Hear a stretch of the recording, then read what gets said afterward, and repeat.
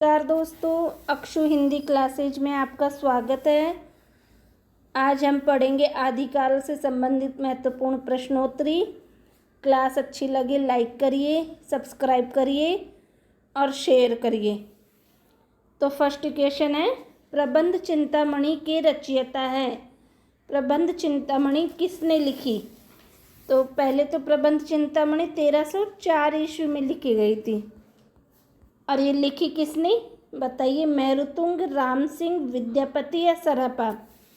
प्रबंध चिंतामणि के रचयिता हैं मेरुतुंग, राम सिंह, विद्यापति या सरहपा? तो बताइए इसके रचयिता कौन है? इसके रचयिता हैं मेरुतुंग। प्रबंध चिंतामणि के रचयिता हैं मेरुतुंग और ये लिखी गई थी 1304 ईस्वी में। चलिए आगे चलते हैं। और ये मेरुतुंग है। चलिए अब अगला क्वेश्चन है, पाहुड़ दोहा के रचयिता है। रचना है पाहुड़ दोहा। पाहुड़ दोहा किसने लिखी है? विनय चंद्र सूरी, हरिभद्र सूरी, धनपाल या राम सिंह? पाहुड़ दोहा के रचनाकार कौन है? विनय चंद्र सूरी, हरिभद्र सूरी, धनपाल या राम सिंह? तो पाहुड़ दोहा के रचयिता है राम सिंह। पाहुड़ दोहा के रचयिता कौन है? राम सिंह। चलिए अब आगे चलते हैं। Question number 3। क्वेश्चन नंबर 3 है, भविष्यत कहा के रचयिता हैं। भविष्यत कहा के रचयिता हैं सरहपा, धनपाल, राम सिंह, विद्यापति? भविष्यत कहा के रचयिता कौन है? सरहपा, धनपाल, राम सिंह या विद्यापति? तो आप बताइए। तो भविष्यत कहा के रचयिता है धनपाल। और ये क्या है भविष्यत कहा? यह एक खंड काव्य है। भविष्यत कहा क्या है? खंड काव्य है। चलिए अब क्वेश्चन नंबर 4 पर चलते हैं। क्वेश्चन नंबर 4 है, पंक्ति है, 12 बरस लौ कुकर जिए अरु 13 बरस जिए सियार। किसकी पंक्ति है? ये पंक्ति किसने लिखी है? नागरीदास, जगनिक, गोरखनाथ या मलुकदास? 12 बरस लो कुकर जिए और 13 बरस जिए सियार किसकी पंक्ति है? नागरीदास की, जगनिक की, गोरखनाथ की या मलुकदास की? तो ये पंक्ति है जगनिक की। किसकी पंक्ति है ये? जगनिक की। और ये कौन से काव्य में लिखा गया है? ये परमार रासो साहित्य में लिखा गया है। परमार रासों में लिखा गया है। 12 बरस लव कुकर जिए और 13 बरस जिए सियार।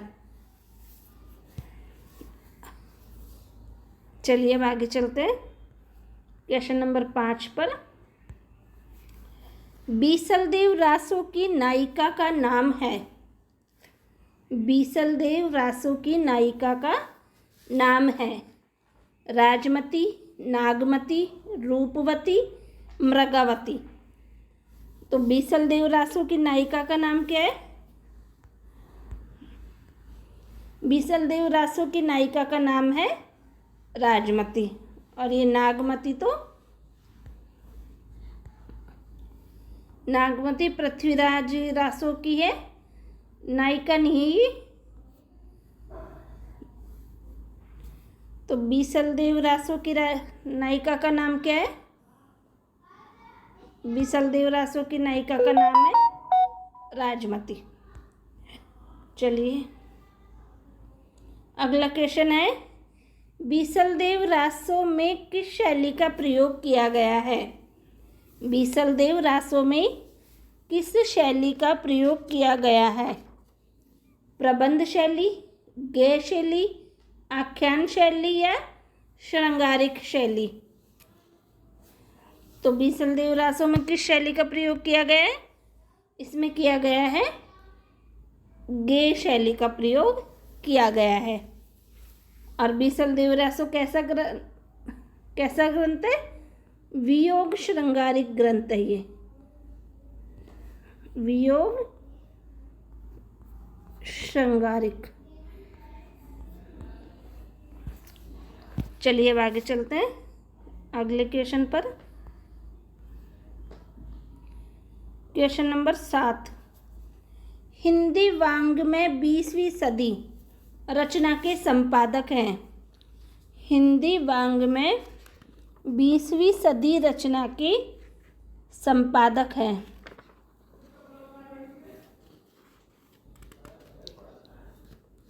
हजारी प्रसाद द्विवेदी, महावीर प्रसाद द्विवेदी, आचार्य रामचंद्र शुक्ल या डॉक्टर नगेंद्र? हिंदी वांग में 20वीं सदी के रचनाकार हैं। रचना के संपादक कौन है? अच्छा, रचना नहीं, संपादक है केवल ये। तो हजारी प्रसाद द्विवेदी, महावीर प्रसाद द्विवेदी, रामचंद्र शुक्ल या डॉक्टर नगेंद्र? तो इसके संपादक कौन रहे हैं? डॉक्टर नगेंद्र, क्योंकि डॉक्टर नगेंद्र संपादक ही थे। चलिए अगला क्वेश्चन। 12पंथी शाखा का संबंध किससे है? 12पंथी शाखा का संबंध किससे है? जैन, सिद्ध, नाथ या बौद्ध? 12पंथी शाखा का संबंध किससे है? जैन, सिद्ध, नाथ या बौद्ध? तो इसका आंसर होगा नाथ। 12पंथी शाखा का संबंध किससे है? नाथ से। चलिए अब आगे चलते हैं। सिद्धों एवं नाथों के बीच की कड़ी किसे कहा जाता है? सिद्धों एवं नाथों के बीच की कड़ी किसे कहा जाता है? सरहपा, गोरखनाथ, मत्स्येंद्रनाथ या स्वयंभू? सिद्धों एवं नाथों के बीच की कड़ी किसे कहा गया है? तो सिद्धों और नाथों के बीच की कड़ी कहा गया है मत्स्येंद्रनाथ को। चलिए अगला क्वेश्चन। अगला क्वेश्चन पंक्ति है, गोरख जगायो जोग भक्ति भगायो लोग। पंक्ति के रचनाकार कौन है? गोरख जगायो जोग भक्ति भगायो लोग, पंक्ति के रचनाकार कौन है? गोरखनाथ, तुलसीदास, रामानंद या कबीरदास? तो इस पंक्ति के रचनाकार है, इस पंक्ति के रचनाकार है तुलसीदास। गोरख जगायो जोग भक्ति भगायो भोग, पंक्ति के रचना कौन है? रचनाकार कौन है? तुलसीदास है।